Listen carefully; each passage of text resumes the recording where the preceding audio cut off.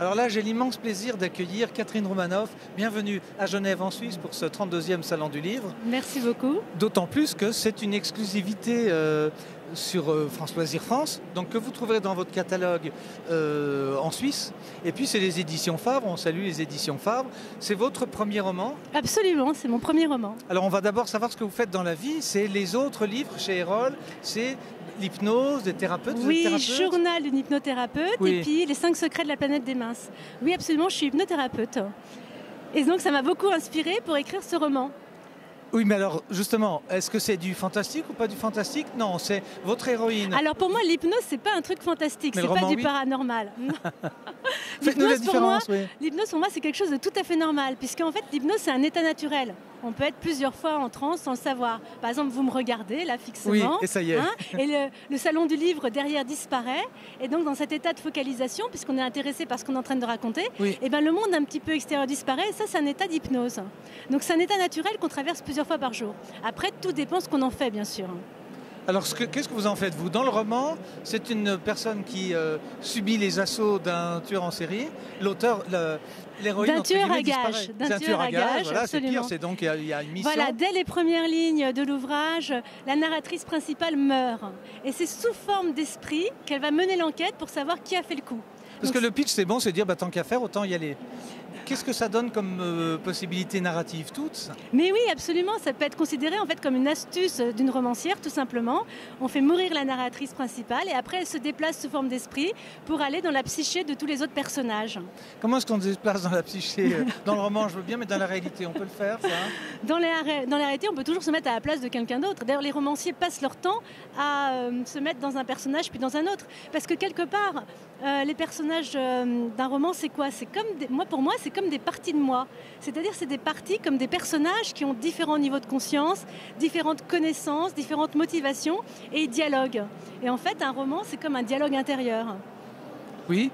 Quand on va être lecteur, on va être plongé dans quel style de roman? C'est humoristique ou c'est sérieux? Alors, c'est un roman choral, c'est-à-dire que déjà, il y a pas mal de personnages, il y a beaucoup d'histoires. On s'y perd pas trop? Non, c'est bien structuré. Non, on s'y retrouve très bien, parce qu'il y a plusieurs histoires, et comme il y a pas mal d'histoires, il y a plusieurs narrateurs, chaque narrateur a un petit peu un style linguistique un petit peu différent, donc on s'y retrouve très bien. Pourquoi avoir choisi le roman et pas la scène? Alors, déjà, j'ai choisi le roman pour parler de l'hypnose spirituelle parce Oui. que c'était difficile d'en parler comme d'un manuel d'hypnose. L'hypnose spirituelle, ça parle de l'âme et ça parle du parcours de l'âme dans une vie ou dans plusieurs vies. Et là, c'est vrai que c'était difficile de faire un manuel pour dire c'est comme ça que ça se passe et c'est pas autrement. Là, vous avez des livres, vous avez vos modes d'emploi pour ça. Oui. On doit acheter vos autres livres avant de vous lire? Non, pas du tout. Alors en fait, ce qui se passe, c'est que dans mon premier livre, effectivement, je parle de l'hypnose ericksonienne et qu'est-ce qu'on peut en attendre dans un cabinet d'une hypnothérapeute.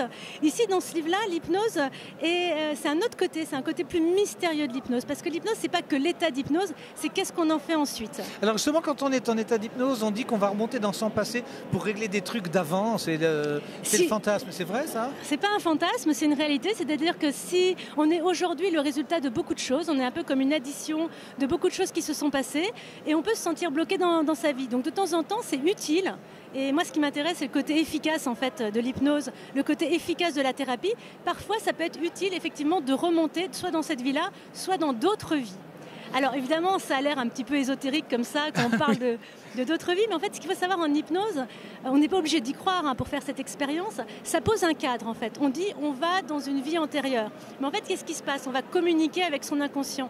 L'hypnose sert à communiquer avec son inconscient. Alors après, ça peut être une métaphore. Ça peut être l'imagination qui crée ces vies antérieures, qu'importe en fait.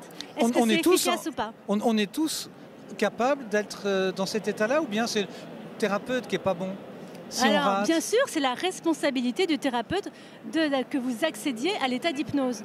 Donc effectivement, si vous allez voir un hypnothérapeute et que vous n'entrez pas en hypnose, soit vous êtes très motivé à ne pas y entrer puisque c'est un état naturel, soit c'est la personne qui n'a pas réussi à trouver le bon chemin pour adoucir vos réticences. Vous avez des patients qui ont peur et qui bloquent Avoir peur, tout le monde a un petit peu peur parce que tout le monde se dit qu'est-ce qui va m'arriver. Même quelqu'un qui arrive pour arrêter de fumer peut avoir peur d'arrêter de fumer. Parce que soit il se dit, soit ça marche, je vais arrêter de fumer et qu'est-ce qui va m'arriver, soit ça marche pas et finalement j'aurais dépensé de l'argent pour rien. Donc finalement, les gens qui arrivent... Double peur, oui. Oui, double peur. Les gens qui arrivent souvent dans le cabinet d'un hypnothérapeute ont tous peur.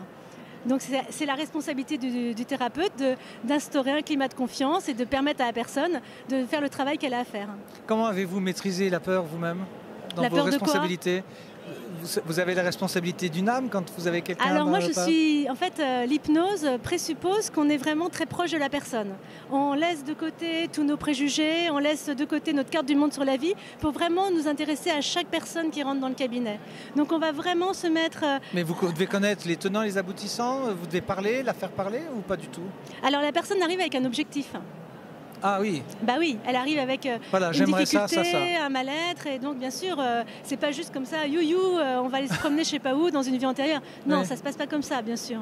Il y a une interrogation. Dernière question, on arrive au bout de notre sujet. Est-ce que votre roman va donner envie aux gens d'aller voir ce que c'est l'hypnose, ou est-ce que vos autres livres qui sont des méthodes vont pousser les gens à vous lire pour dire voilà, est-ce que le lecteur fera ce qu'il voudra. En fait, du moment qu'il achète les 3. Voilà, donc le lecteur peut lire les 3 bien sûr. Un lecteur qui croit à ces choses un peu ésotériques ou paranormales peut trouver un très grand plaisir à lire cet ouvrage parce qu'il y a plein d'histoires. Le livre est passionnant lui-même. Alors évidemment, ça traite d'hypnose spirituelle, mais il y a plein d'histoires. Il y a l'histoire d'amour, il y a du sexe, il y a de la violence, il y a des intrigues, il y a des parcours de vie, il y a des rencontres entre les personnages. Voilà, il y a des évolutions. On suit les personnages de l'enfance jusqu'à la vie adulte.